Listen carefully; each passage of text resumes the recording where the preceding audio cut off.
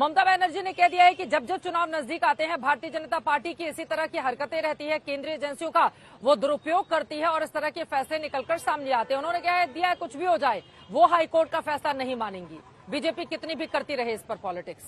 शहजाद जी। वाह, मुझे तो लगा कि टीएमसी का मतलब केवल तुष्टीकरण मुझे चाहिए है, पर अभी तो तालिबानी मुझे चाहिए भी है, क्योंकि केवल एक तालिबानी मानसिकता वाले व्यक्ति ही संविधान का पालन न करते हुए संवैधानिक पद पर बैठे हुए कहे कि एक संविधान पीठ के फैसले को मैं नहीं मानूंगी। और आज देखिए प्रधानमंत्री जी जो कह रहे थे लगातार चुनावों में, जिस पर उन पर बहुत सारे पत्थर बरसाए गए, वो बात तो विंडिकेट हुई ना, विंडिकेट हुई कि ओबीसी आरक्षण को काटकर मुसलमानों को धार्मिक आधार पर दिया जाता है। तो आज का जो ये फैसला है दरअसल कैप पर बहुत बड़ा प्रहार है। कैप मतलब कंपेटिटिव अपीजमेंट पॉलिटिक्स पर बहुत बड़ा प्रहार है। और केवल ये जजमेंट नहीं, इसके अलावा एक कन्फेशन है, उसके बारे में भी 30 सेकंड में बताता हूं, पर पहले जजमेंट के बारे में बताता हूं। ये जो जजमेंट आया है कल, इसके पैरा 270, 331, 332, पैरा 327 को पढ़िए। चित्रा जी, साफ साफ हाईकोर्ट ने कहा है कि धार्मिक आधार पर मुसलमानों को दिया गया, वोट बैंक के कारण दिया गया, और केवल वोट बैंक बनाकर इलेक्शन अनाउंसमेंट के लिए ममता बनर्जी के आदेश पर यह दिया गया। यह सम एंड सब्सटेंस है।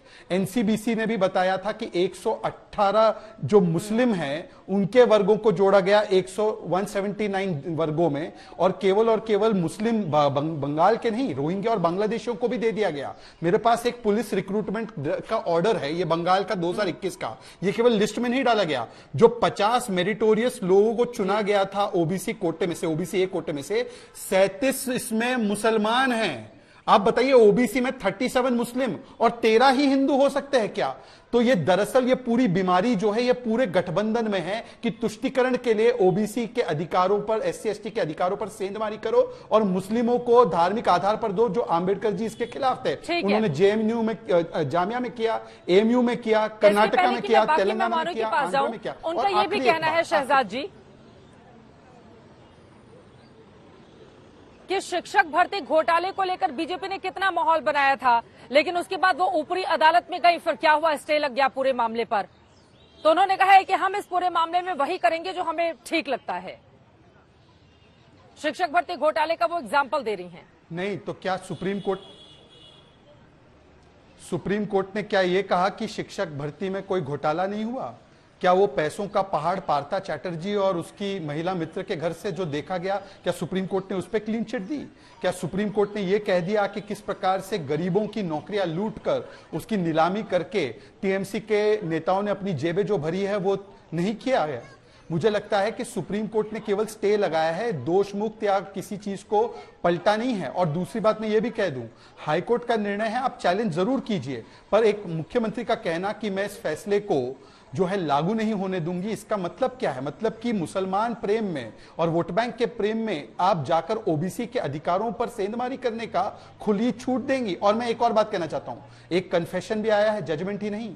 कल युवराज जो है कांग्रेस के शहजादे ने बोला है कि मेरी दादी, मेरे पिता और मनमोहन सिंह जो मेरी माता जी की सरकार थी, उन सरकारों में सिस्टम लोअर कास्ट के खिलाफ अलाइन था। मतलब कि इनकी मानसिकता का लोअर कास्ट, तथाकथित लोअर कास्ट के खिलाफ हमेशा से रही है। या तो वो इतने असक्षम है कि वो लोअर कास्ट के खिलाफ रहता रहा और इनके माता पिता परिवार के लोग कुछ नहीं कर पाए। तो ये भी एक कैंडिडेट कन्फेशन है कि इंडी अलायंस केवल तुष्टीकरण के लिए एससी एसटी ओबीसी के अधिकारों को खत्म कर देगी, इसलिए लिखित में नहीं देती है। इनसे प्रधानमंत्री ने लिखित में मांगा कि मुस्लिम आरक्षण नहीं देंगे ओबीसी। शुभंकर भट्टाचार्य जी, बीजेपी कह रही है कि जो आरोप आप लोगों के ऊपर लगातार प्रधानमंत्री की ओर से लगाए जा रहे थे कि कैसे मुस्लिम तुष्टीकरण की पॉलिटिक्स आप लोग करते हैं, और इसी के साथ ही ओबीसी कोटे के जो आरक्षण है वो मुसलमानों को दिए जाने का काम किया जा रहा है, और यहाँ पर यह अदालती फैसला है, कलकत्ता हाईकोर्ट का ये फैसला, इसमें बीजेपी कहां से आ गई? बीजेपी ने तो कोई निर्णय दे नहीं दिया है ना, तो फिर ये कहना कि बीजेपी पूरे मामले में पॉलिटिक्स कर रही है। 2012 में ये पूरा का पूरा मामला अदालत पहुंचा और आज जाकर इस पूरे मामले में फैसला आया है, तो इसमें पॉलिटिक्स आपको क्यों दिखाई दे रही है? बीजेपी कह रही है तुष्टीकरण की ये विशुद्ध पॉलिटिक्स है जो ममता बनर्जी की ओर से की जाती है, ओबीसी के आरक्षण में से मुसलमानों को आरक्षण देना। चित्रा जी, देखिए दो चीजें हैं, या तो मैं चैनल पे बैठ के उसी तरीके से आरोप प्रत्यारोप करूं जैसे कि शहजाद जी करते आ रहे हैं, या मैं अपनी पूरी बात को रखूं। पहले तथ्यों के आधार पर हम लोग बात करें तथ्य क्या है वो मैं आपको बता रहा हूं। यहां तथ्य यह है कि एक पहली बात तो मैं ये कहूंगा कि कहीं ना कहीं हमारा जो आला कमान है वो कहीं ना कहीं बीजेपी के जो पूरे कॉन्स्पिरेसी है उसमें वो कहीं ना कहीं घिरती जा रही है, ये मैं जरूर कहूंगा, क्योंकि इनके पास कम्युनिकेशन मैनेजमेंट जो मीडिया के साथ है वो बहुत ज्यादा क्लियर नहीं कर पा रही। नहीं तो सबसे पहले बात क्लियर होती कि एक्चुअली यहां पे मामला है क्या। ये जितना चीजें उठ रहा है कि भाई मुसलमानों को इसमें से जो है 42 में से 41 जो वर्ग हैं वो पूरा मुसलमानों का डाल दिया गया है, इतना पहले बात जब समझना पड़ेगा। या तो बंगाल को समझें, देखिए वहां पे जो मुस्लिम आबादी है, बार बार कहा जाता है कि भाई 27-28% की मुस्लिम आबादी बहुत ज्यादा स्कैटर्ड है, और स्कैटर्ड के साथ साथ इनकी जो जातियां हैं, इनके पीछे जो ओबीसीज जो हैं वो भी बहुत ज्यादा स्कैटर्ड है। कई जगहों पे उन ओबीसीज के सेगमेंट्स नहीं मौजूद है या उनके बहुत कम आधारभूत है। अब हम लोग बार बार कहते हैं कि 189 में जो है उसमें से 70% 80% गलत बात, इसको भी गलत तरीके से सजाया जा रहा है। आप इसमें से नंबर्स को जरा देखिए। एक चीज ये कह देना कि भाई हमने 65 वर्गों को उसमें से डाल दिया, दूसरी बात ये देखिए कि एक्चुअल लाभार्थी उसमें रजिस्टर कितने हुए हैं और क्यों नहीं हो पाए। विशेष बात यह है कि यहां पे इसलिए वो उसमें से रजिस्टर नहीं हो पा रहे क्योंकि वो इतने स्कैटर्ड हो गए। इस वजह से भले ही आपको प्रोविजन इसमें बहुत ज्यादा दिख रहा है, लेकिन मजे की बात है अगर आप संख्या लेके बात करेंगे तो आपको यह दिखेगा उसमें 78% हिंदू ही है, और बाकी जो परसेंटेज है जो 22% उसमें जो मुस्लिम्स का लिया जा रहा है, मैं सिर्फ ओबीसी की बात कर रहा हूं, आप उन आंकड़ों को लेकर बात करें जो रजिस्ट्रेशन में एक्चुअली गए। इस वजह से वो ज्यादा स्कैटर्ड हुआ और उनका लाभ जो है उन लोगों तक नहीं मिल पाया। ये सवाल तो बड़ा है ना, ये जो पूरी बातें आप समझा रहे हैं यहाँ पर टीवी पर बैठकर, ये बातें हाईकोर्ट में नहीं चली ना। आप लोगों ने तमाम तर्क दिए थे।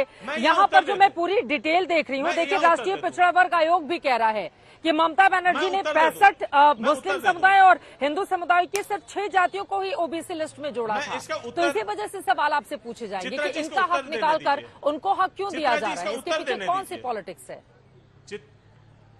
चित्रा जी मैं इसका उत्तर दे दूं, इसका मैं उत्तर दे दूं। प्लीज हाईकोर्ट का एक बार ऑर्डर ठीक से पढ़िएगा कि हाईकोर्ट ने जो बात कही है निर्णय पे, उसमें बार बार कहा कि एनसीबीसी के माध्यम से यानी national commission of backward classes जो हैं उनको आपने साथ में संज्ञान में नहीं लिया, उनको रिपोर्ट नहीं सौंपी गई, उनके पास से जो रिपोर्ट आ रही है ये दोनों चीजें स्टेट और नेशनल में दोनों के बीच में डिस्क्रिपेंसी पैदा हो रही है। मामला ये कहा गया है, आप उसको फिर से पढ़िए। यहां पे बात ये कही जा रही है, उन्होंने ये सलाह दी कि सबसे पहले आप एनसीबीसी के पास वो चीज रखें, उनके रिपोर्ट को संज्ञान में लेते हुए आखिर उन्होंने एक और इसमें से पॉइंट किया कि भाई इलेक्शन के टाइम पे क्यों किया गया, इसको उन्होंने बड़ा मुद्दा बनाया कि इलेक्शन के टाइम पे किया गया और जल्दी में किया, जिसके कारण से वहां पे आकलन नहीं किए गए। वो आकलन की वजह जब बताई गई तो भी वहां के लोग ये बार बार कह रहे हैं कि 2012 में मामला कोर्ट में गया था, उसके बाद 14 के भी इलेक्शन हुए, 2019 के भी इलेक्शन हुए, अब 2024 आ गया तो इलेक्शन के पहले क्यों किया जा रहा है, ये बातें कौन समझेगा। लेकिन ठीक है, आपने जो सवाल उठाया ना, बल्कि किशोर जी मैं फौरन आपके पास आ रही हूँ। शहजाद जी पहले आप जवाब दे दीजिए। वो कह रहे हैं कि ज्यादा फायदा तो हिंदू में जो जातियां हैं जो इस वर्ग में आती हैं उन्हीं को मिल रहा है, फिर इस पूरे मामले में मुस्लिम तुष्टीकरण कैसे हो गया। शहजाद जी जो बातें वो गिना रहे हैं, मुझे पता था ये कुतर्क लाया जाएगा कि प्रोविजन ज्यादा इनको जरूर दिया गया हो परंतु लाभ जो है हिंदुओं को ज्यादा मिलेगा। इसीलिए मैं 18 जून 2021 का recruitment order of West Bengal police लेकर आया हूं। अब मुझे बता दो चित्रा जी, वेस्ट बंगाल में 70% तो हिंदू है ना, 50 रिक्रूटमेंट निकलती है ओबीसी ए कैटेगरी में, उसमें 37 मुसलमान 50 में से। वाह। दूसरी बात, मैं आपको पैरा 332 पढ़कर सुनाना चाहता हूं, 10 सेकंड दे दीजिए केवल। The court is of the view that selection of 77 classes of Muslims as backward is affront to the Muslim community as whole. The court is then saying that their inclusion should be treated as a vote bank. Such reservation is an affront to democracy and constitution as a whole.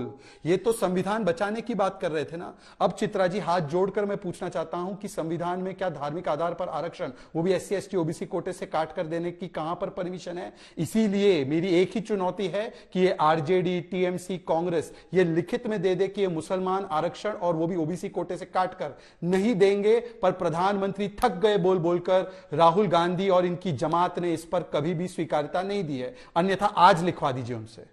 Lalu ji ने तो बोला पूरा दे दो, ठीक है, पूरा मुस्लिम को दे दो। नवल किशोर जी, जो आरोप टीएमसी पर लग रहे हैं उसी तरह के आरोप आरजेडी पर भी लगते रहे हैं और लालू प्रसाद जी की ओर से जो बयान दिया गया था मुस्लिमों को आरक्षण के संदर्भ में, उसको भी बीजेपी ने बड़ा मुद्दा बना लिया है। तो मुश्किल पैदा करेंगी ये तमाम बातें आप लोगों के लिए चुनाव में, क्योंकि 2 चरणों में अभी बिहार में भी वोटिंग बाकी है। देखिए, ये समस्या हमारे साथ नहीं है, समस्या भाजपा के साथ है। उसको ये मालूम ही नहीं है कि उसको एक बात सिर्फ मालूम है कि किसी भी तरह से ओबीसी आरक्षण को या दलित आरक्षण को, एससी एसटी आरक्षण को खत्म करना है। और यही कारण है कि उनके जो उम्मीदवार हैं इस चुनाव में, वो कह रहे हैं कि 400 सीटें इसलिए दो कि हमें संविधान बदलना है। आप कहते हैं भारतीय जनता पार्टी तो जनगणना नहीं कराना चाहती है, क्योंकि आबादी के हिसाब से हिस्सेदारी देना पड़ेगा। तो ये बात तो समझना पड़ेगा ना कि भाजपा चाहती क्या है। भाजपा ये हिस्सेदारी की बात करती है, हिंदू मुसलमान की बात करती है। आप बता दीजिए कि जो प्रतिनिधित्व है लोकतंत्र में, 300 से ज्यादा सीट में एक भी मुसलमान है क्या? क्या धार्मिक आधार पे किसी को नहीं दिया जाता है? क्या भारतीय जनता पार्टी जब लोगों का चुनाव करती है, प्रतिनिधि का चुनाव करती है, उसमें यह तय करती है कि किसी मुसलमान को टिकट नहीं देना है? देखिए, हिस्सेदारी की बात जो है, प्रतिनिधित्व की बात जो है, समावेशी विकास की जो बात है, वो हमारे दल और हमारे दिक्कत आ रही है। आपकी आवाज मुझ तक नहीं पहुंच पा रही है किसी वजह से। आ रही है आपकी आवाज? आपकी आवाज तो आ रही है। जी बोलिए, अपनी बात को आगे बढ़ाएं। नहीं, मैं तो सिर्फ 2 ही बात कह रहा हूं। पहली बात यह है कि भारतीय जनता पार्टी और उसके पीछे जितने भी संगठन हैं, वो खुले तौर पे आरक्षण का विरोध करते रहे हैं। जब भी मौका मिला है उन्होंने विरोध किया है। कर्पूरी ठाकुर बिहार में जब आरक्षण दे रहे थे तो भारतीय जनता पार्टी के पूर्व वाले जो थे जनसंघ वाले लोग, वो उनके मां बहन की गालियां दे रहे थे। 1989 में जब आरक्षण दिया गया वीपी सिंह सरकार के द्वारा, तो वीपी सिंह के सरकार को गिराया गया। जब जातीय जनगणना की बात आती है तो कहते हैं जातिवाद होगा इससे, और जातीयत गैर बराबरी को दूर करने की बात की जाती है तो जातिवाद की बात करते हैं। मैं तो सिर्फ ये कह रहा हूं कि भारतीय जनता पार्टी पहले तय कर ले कि आरक्षण देना है या नहीं देना है। उसका मानसिकता है, और उसके कई उम्मीदवार इस चुनाव में कहे हैं कि 400 सीट इसलिए दिया जाए क्योंकि हमें संविधान बदलना है। संविधान क्यों बदलना है? क्योंकि संविधान के द्वारा आरक्षण सुनिश्चित किया जाता है, जो दलित और पिछड़े हैं उसकी हिस्सेदारी तय की जाती है, और उनके पूरे राजनीतिक आचरण में अधिकता है। जहां तक हिंदू मुसलमान की आप बात करते हैं, आप उनसे पूछिए कि जो 303 का आंकड़ा है, जो चुनाव वो लड़वाते हैं, क्या किसी मुसलमान को आज तक उन्होंने लड़ने के लिए उम्मीदवार बनाया? एमपी में एक भी एमपी उनके यहां से जीता है कोई, या उम्मीदवार बना है? ये जानबूझकर किसी एक समुदाय को, जिसकी आबादी 15% है, उसको प्रतिनिधित्व से दूर रखने का जो चाल चलन है, क्या कहां तक वह जायज है?